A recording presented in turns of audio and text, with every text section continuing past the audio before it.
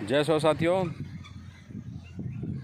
आज हम एक ऐसे गंभीर विषय पर बात कर रहे हैं। अभी एक जजमेंट आया माननीय सुप्रीम कोर्ट से, जिस विषय को लेकर लगातार लोग चर्चा कर रहे हैं और अपना अपना मत भी जारी कर रहे हैं। इस विषय पर बोलना इसलिए भी आवश्यक है क्योंकि इस विषय पर दो तरह के लोग बात कर रहे हैं। एक तो जो आरक्षण के समर्थक हैं वो लोग, और एक वो लोग जो आरक्षण के विरोधी लोग हैं, जो आरक्षण ना हो ऐसी बात करते हैं या इन वर्गों को जाति के आधार पर आरक्षण ना मिले इसका वो पैरवी करते हैं। लेकिन ये बात समझने वाली बात है कि ये जो केस गया था वो एससी वर्ग के लिए गया हुआ था, उसमें इसमें शेड्यूल कास्ट के लिए गया था, शेड्यूल ट्राइब के लिए केस वहाँ नहीं गया हुआ था। लेकिन अंतिम में उस पर जो है जातिगत आरक्षण होने के कारण शायद इसीलिए उस पर शेड्यूल ट्राइब भी लिखा गया, बाद में जो है आदिवासी को जोड़ा गया। इस विषय को लोग अलग अलग तरीके से ही बोलेंगे कि क्या हो रहा है क्या नहीं हो रहा है, लेकिन इस विषय पे समझने वाली बात यह है कि उन्होंने कहा है वर्गीकरण करेंगे। मतलब जैसे हमारे यहाँ 42 जनजाति हैं छत्तीसगढ़ में, तो उस 42 जनजाति पे किस वर्ग को कितना लाभ मिल चुका है अब तक और किसको और कितना लाभ दिया जाना चाहिए, इसका निर्धारण करने का जो पावर है वो अब राज्य सरकार के ऊपर होगा, स्टेट के ऊपर होगा। यह बात कहा गया है। अब देखना यह है कि इसका इम्प्लीमेंट कैसे होता है। लेकिन बड़े मज़े की बात यह है, जब क्रीमी लेयर की जब बात आई, एक्चुअली क्रीमी लेयर वाली बात है कि जो ज़्यादा पैसे वाले हो गए, जो क्रीमी लेयर हो गए हैं, जो गरीबी से ऊपर उठ गए हैं, उनको आरक्षण मिलना है नहीं मिलना, इसमें मतलब उनको खाना चाहिए एक नियम बनाने का तरीका बता दे कि इसको ना दिया जाए उसको दिया जाए। बहुत सारे लोग अपना अपना इस विषय पर मत जारी कर रहे हैं।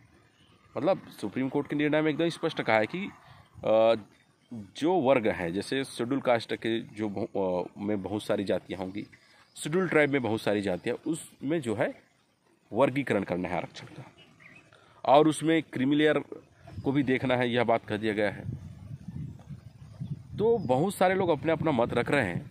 मेरा इसमें स्पष्ट मत पहले भी था और अब भी है कि आप जो है पहले तो बात यह है कि आदिवासियों का आरक्षण जो है विशेष क्षेत्र के आधार पर रहा है, विशेष संस्कृति के आधार पर आदिवासियों का आरक्षण रहा है। इन पे जाति भेद कहना चाहिए उस तरह का प्रताड़ना शोषण इस टाइप वाली बात नहीं रही है, क्योंकि हम तो खुद ऐसे क्षेत्रों में रहे हैं, फॉरेस्ट वाले क्षेत्रों में रहे हैं, तो विशेष संस्कृति और सभ्यता के संवाहक होने के साथ विशेष एरियाज में हम रहते हैं, इसलिए ये आरक्षण मिला है। क्योंकि यह मान लिया गया था कि इन वर्ग के लोग को जब तक आरक्षण नहीं मिलेगा, खासकर ट्राइबल को, तब तक तो ये जो भारत देश में जो व्यवस्था है उसमें नौकरी में और अन्य चीज़ों इसमें नहीं आ सकते हैं, चाहे शिक्षा हो चाहे नौकरी में, इस व्यवस्था में आदिवासी आ ही नहीं सकते, क्योंकि तो इसलिए उनको आरक्षण दिया गया। क्योंकि शिक्षा से तो कोसों दूर पहले भी रहे हैं। अभी हम देखें तो ये एक आध पीढ़ी ही पढ़कर जो है कहना चाहिए, जो नौकरी में जाने वाले एक पीढ़ी पढ़कर अभी नौकरी से रिटायर्ड होंगे अभी भारत की आज़ादी के बाद। तो इस विषय पर हमारा स्पष्ट एकदम है कि आदिवासियों को आरक्षण उनके जनसंख्या के हिसाब से ही दिया जाना चाहिए। साथ ही साथ ये कहना चाहूँगा कि यदि इस पर यदि कभी क्लासिफिकेशन यदि करते है राज्य सरकार जो करती है, तो उनको जो है इस वर्ग को 32% मिलना ही चाहिए। ये हम पहले आश्वस्त करे सरकारें, यदि इस पे नियम बनाने की जब भी बात आती है। और जो क्रीमी लेयर है, जो क्रीम हो गया जिसको कह रहे हैं, उन क्रीम लोगों को ना देकर पहले तो ऐसे लोगों को देखा जाए जो गरीब तबके के हैं, जिनको ज़रूरत है इसकी। लेकिन यह देखने वाली बात है, बड़े मज़े की बात है जो मैं भी बताने वाला हूँ कि भैया ये क्रीमी लेयर कैसे कैसे डिवाइड किए गए हैं, आपको मैं बताना चाहूँगा। बड़ा आश्चर्य की बात है, आदिवासी समाज के पास यदि 2.5 लाख रुपया है, 2.5 लाख का सालाना आय है, तो उसको क्रीमी लेयर मानेंगे। 2.5 लाख कमा लिया, 2.5 लाख से ऊपर का, उसको क्रीमी लेयर मांगेंगे। लेकिन ओबीसी में वही कैटेगरी अलग होगा, उसमें 8 लाख होगा, और जनरल में 10 लाख है। तो ये कहाँ का न्याय है? अब बड़े मजे की बात है कि इसी चीज़ को देखना पड़ेगा कि ये क्रीमी लेयर किसको मानते हैं।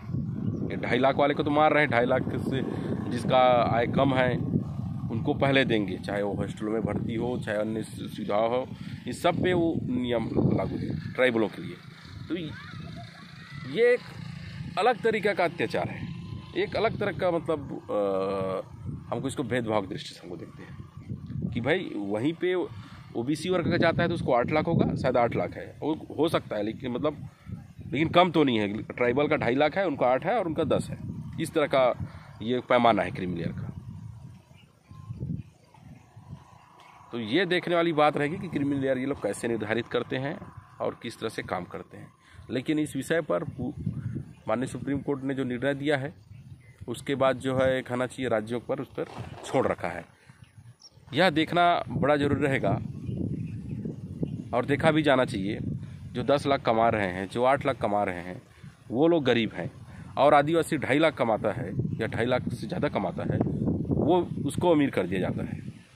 तो ये तो अपने आप में ही एक विवादास्पद नियम रहा है। और उसके बाद इस तरह का जब ये कहना चाहिए कैटेगरी लाने की बात कर रहे हैं, क्रीमी लेयर लाने की बात कर रहे हैं, तो क्रीमी लेयर का भी लाइन एक होना चाहिए, तब ये बात बनेगी। अब बहुत सारे लोग अभी चर्चा कर रहे होंगे और मतलब लगातार चर्चा कर रहे हैं कि ये आरक्षण को ख़त्म करने की साजिश है, ये है वो है।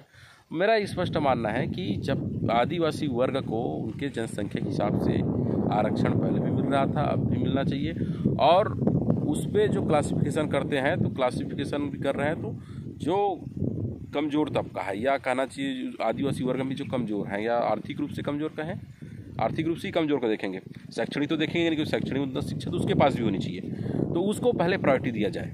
इसका आदिवासी समाज को समर्थन करना चाहिए, जो आर्थिक रूप से कमज़ोर है उसको पहले लाने का।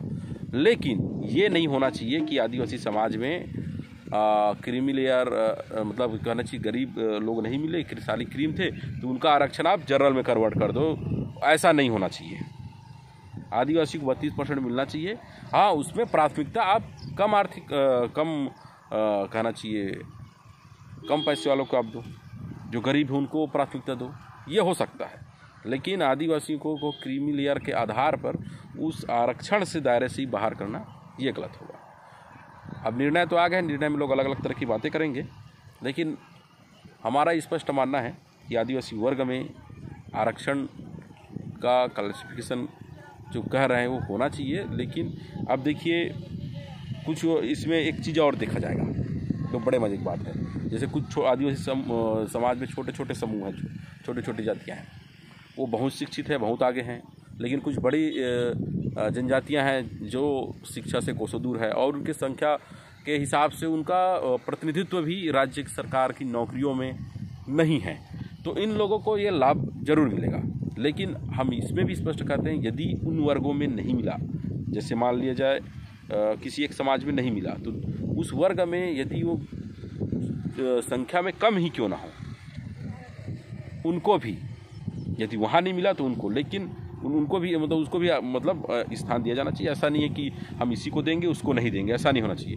उस जाति समाज के वर्ग में बराबर दिया जाना चाहिए। देने के तरीके में कहना चाहिए क्लासिफिकेशन हो सकता है, लेकिन क्लासिफिकेशन के आधार पर जो है ये नहीं किया जाना चाहिए कि इस वर्ग को मतलब इस वर्ग के कैंडिडेट नहीं मिले तो इनको मत दो, ऐसा नहीं होना चाहिए। उस वर्ग में मतलब उस वर्ग को इतना आरक्षण मिलना ही चाहिए, चाहे आप कमज़ोर को दो चाहे मजबूत को दो। लेकिन यदि क्लासिफिकेशन की बात आती है कमज़ोर को देने की, तो कमज़ोर को दिया जाना चाहिए। और यदि ये भी बात आती है कि इस वर्ग को नहीं मिला है तो उस वर्ग को प्रायोरिटी वो भी दिया जाना चाहिए। धन्यवाद।